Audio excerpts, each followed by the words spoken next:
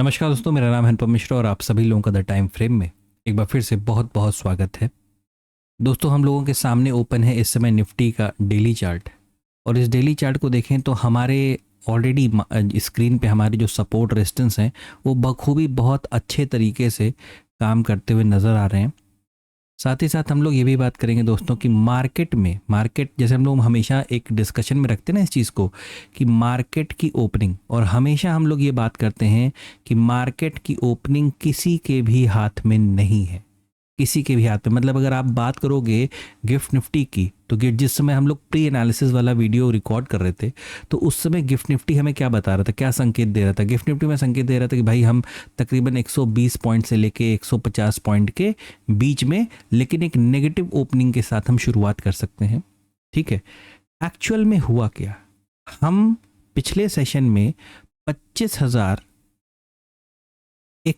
इसको अगर हम राउंड फिगर मान ले तो तकरीबन 200 के आसपास, 25,200 के आसपास हम लोग यहाँ पे क्लोजिंग करके गए थे। और आज हमको मार्केट में ओपनिंग दिखती है 24,650 के आसपास। ये ओपनिंग हमें देखने को मिलती है, मतलब इतना बड़ा फर्क हमें मार्केट में देखने को मिलता है। और क्यों देखने को मिलता है? केवल सेंटिमेंट की वजह से, केवल सेंटिमेंट के। इसलिए कहा जाता है कि जब मार्केट एक न्यूज़ बेस्ड मार्केट होता है ना, मार्केट न्यूज़ बेस्ड या इवेंट बेस्ड होता है, तो उस केस में क्या होता है, उस केस में टेक्निकल एनालिसिस काम करना बंद कर देता है और आपके पास जो सिर्फ एक सहारा रह जाता है किसी चीज़ का, तो वो है मार्केट के लेवल्स। आपको ये चीज़ समझना पड़ेगा।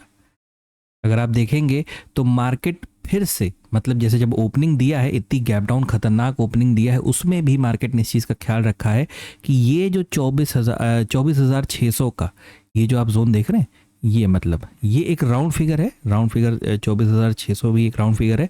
और ये क्या काम कर रहा है, ये जो पिछला सपोर्ट आप देख रहे हैं ये वाला, बिल्कुल वहीं पे उसी तर्ज पे यहाँ पे भी सपोर्ट लेके काम करता हुआ नजर आ रहा है। अब इसी में थोड़ा सा बात को और आगे बढ़ाते हैं कि भाई मार्केट में रिकवरी मतलब कि यहाँ से मार्केट ऊपर की तरफ क्यों चलता हुआ दिखाई दिया।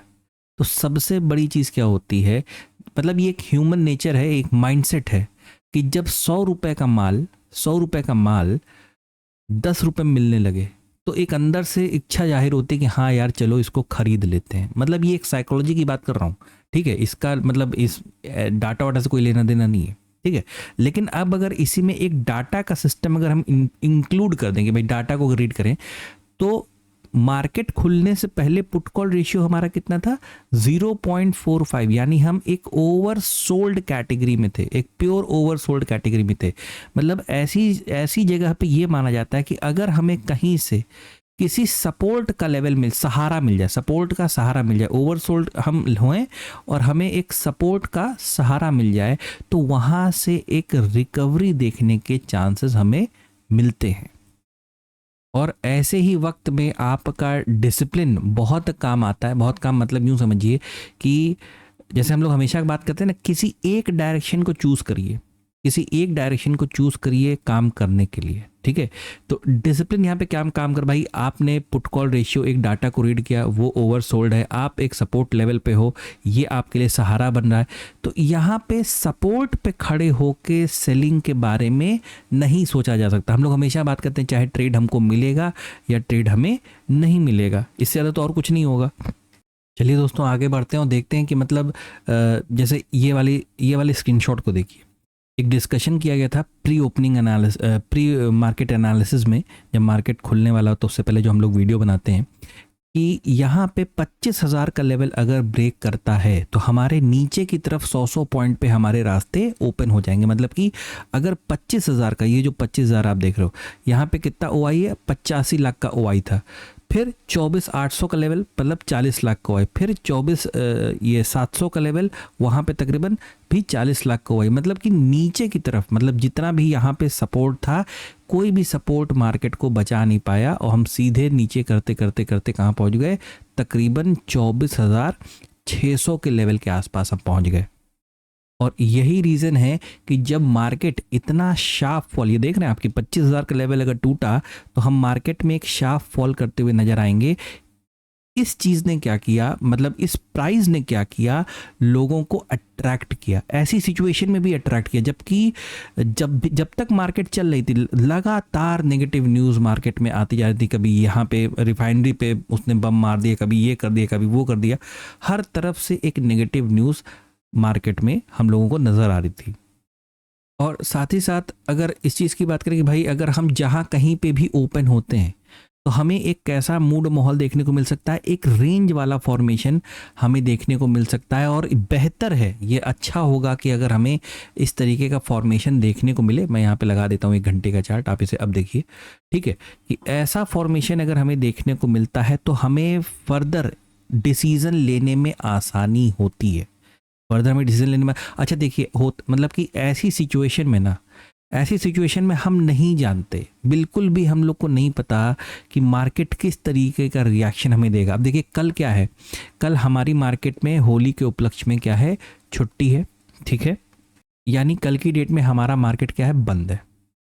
लेकिन ऐसे आसार नहीं नज़र आ रहे हैं कि यूएस और ईरान की जो लड़ाई है वो इतनी जल्दी बंद हो जाएगी, ठीक है, क्योंकि सुबह ही ट्रम्प बोल चुके हैं कि हम इसे 3-4 हफ्ते तक खींच सकते हैं आराम से। तो अगर ऐसी कोई सिचुएशन है कि ये दोनों शांति होना नहीं चाहते हैं, लड़के मरी जाना चाहते हैं एकदम, तो भाई उस सिचुएशन में तो फिर मार्केट अभी यहाँ पे रुक नहीं पाएगा, फिर तब तो मार्केट को भाई और थोड़ा सा नीचे की तरफ आने का वो अटेम्प्ट करेगा।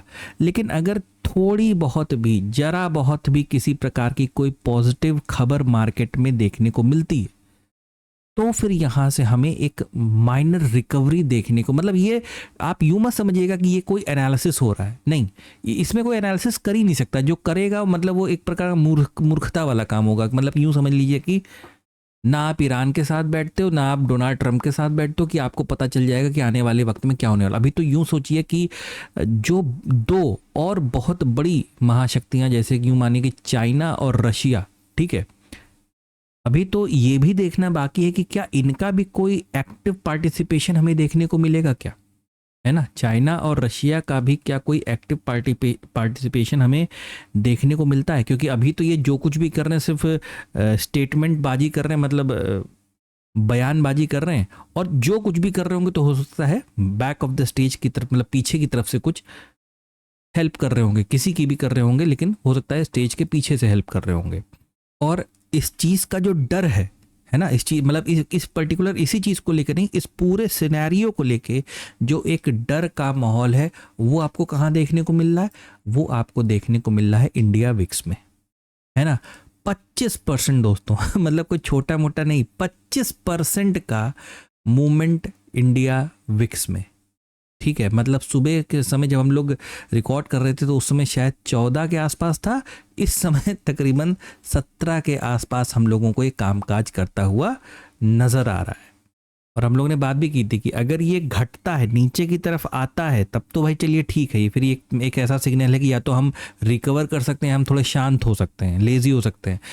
लेकिन ये जो बढ़ा है ना, इसने अच्छे संकेत नहीं दिए। और अभी तो ये संकेत भी देखना बाकी है कि एफआईज ने कितनी सेलिंग की है आज की डेट में, है ना। एफआईज ने कितनी सेलिंग करके रखे हुए हैं आज की डेट में, इसको भी देखना। साथ ही साथ एक और नेगेटिव इंडिकेटर जो हम लोग के लिए वो क्या है, यूएसडी आईएनआर। यूएसडी आईएनआर फिर से आज तकरीबन, ये तो अभी जस्ट अपडेटेड होगा, तकरीबन 0.5% ऊपर की तरफ बढ़ा है यूएसडी आईएनआर, मतलब रुपया कमज़ोर हुआ है। ये भी एक अच्छा साइन हम लोगों की मार्केट के लिए नहीं है, फिलहाल नहीं है, ठीक है। तो वापस आते हैं डेली टाइम फ्रेम पर और एनालिसिस की शुरुआत करते हैं। तो भाई सिंपल सी चीज़ है, एनालिसिस के नाम पे बस इतना ही कर सकते हैं कि जो हमारे लेवल्स हैं उनको हम नज़र में रख सकते हैं, ध्यान में रख सकते हैं, और उस लिहाज से, उस हिसाब से जो हमारा ये 24,600 का लेवल है, ये जो हमारा 24,600 का लेवल, जो कि ये रहा, ये वाला, ठीक है, जब तक हम इसको अब दोबारा नीचे की तरफ क्रॉस नहीं कर जाते, बात को ध्यान से समझिएगा, दोबारा नीचे की तरफ क्रॉस नहीं कर जाते दोस्तों, तब तक हमें क्या करना है, थोड़ा सा इस हिस्से पे क्या करेंगे, सेलिंग को अवॉइड करके चलेंगे। सेलिंग को अवॉइड करके आप, मतलब मे भी हो सकता है आपको अजीब लग रहा हो कि आप ऐसा क्यों हम बोल रहे हैं कि सेलिंग अवॉइड करके चलेंगे, क्योंकि हमारे हाथ में कुछ नहीं, हम कुछ नहीं कर सकते। हमारे हाथ में अब सिर्फ लेवल्स बचे हुए हैं। रात भर में या कल की डेट में ये जो वॉर है वो कितनी और आगे बढ़ जाती है और क्या करते हैं ये लोग, क्योंकि अब ये लोग ऑयल रिफाइनरी पे भी हमला कर रहे हैं।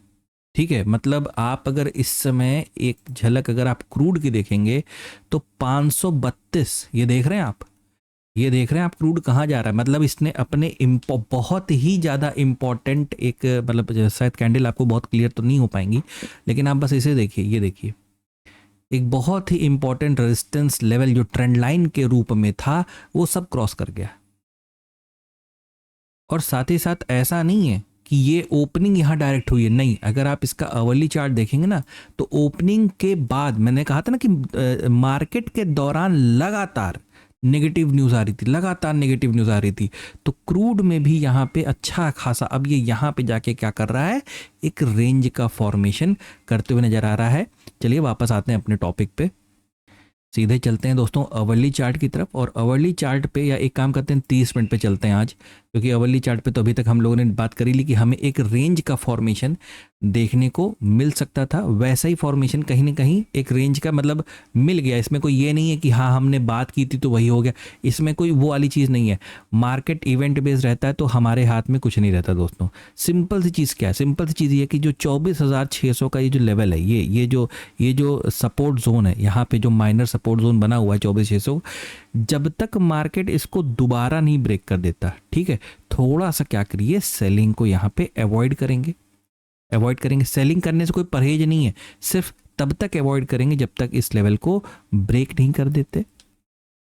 और एक सिनेरियो जो हम लोगों को देखने को मिल सकता है वो ये हो सकता है कि मार्केट में जब ये खुलेगा मार्केट हमारा, तो हो सकता है मार्केट पहले थोड़ा सा नीचे की तरफ आए और वापस इसी सपोर्ट से सपोर्ट लेके दोबारा ऊपर की तरफ चलना चालू करे। क्योंकि ये क्या है ना, ये एक स्ट्रक्चर को क्रिएट करेगा दोस्तों।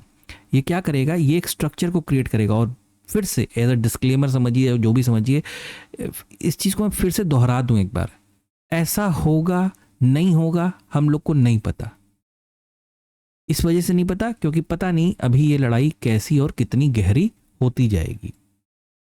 ये सारी बातें बस इस उम्मीद से की जा रही हैं कि हाँ, अगर कोई पॉजिटिव सेंटिमेंट देखने को मिलते हैं तो फिर यूं मान के चलिए, इसके लिए चार्ट को जरा सा मैं एक बार 1 घंटे का लगा दूं, क्योंकि यहाँ पे एक ट्रेंड लाइन का फॉर्मेशन हम लोगों को ड्रॉ करना पड़ेगा। कुछ इस तरीके का है तो बहुत दूर, ठीक है, लेकिन कुछ नहीं कर सकते। वही एक लेवल भी नज़र आ रहा है, बाकी सारे लेवल्स तो हमारी स्क्रीन पे बने हुए हैं।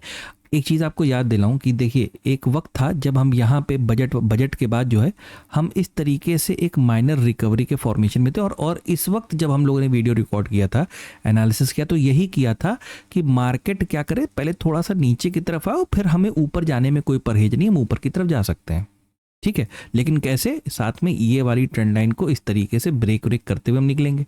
लेकिन ट्रंप ने जो टैरिफ वाला जो आया था ना कि 50% सीधे 18% अब हमारा टैरिफ हो गया, तो उस खुशी से मार्केट हमें यहाँ पे काम करता हुआ नजर आने लगा, इस पर्टिकुलर जोन पे। अब देखते हैं कि भाई हो सकता है कि उस समय भी यही सिचुएशन थी कि मार्केट बनता, उसके बाद अगले दिन हमें ऐसा फॉर्मेशन देखने को मिला। अब हो सकता है अगर रात भर में या कल की डेट में, क्योंकि कल तो हमारा तो मार्केट बंद है, ठीक है, कुछ अच्छी खबर, पॉजिटिव खबर देखने को मिलती है तो फिर से यही होगा कि मार्केट जो है ऊपर की तरफ काम करता हुआ स्पीड, अब चाहे वो गैप अप हो या वहाँ से स्टार्ट होकर ऊपर की तरफ जाए, बात एक ही है, इस तरीके से काम करता हुआ नज़र आ सकता है। फिलहाल बस इतना करने की कोशिश कीजिए, चाहे 30 मिनट के चार्ट पे, एक बार 15 मिनट के चार्ट पे भी देख लीजिए।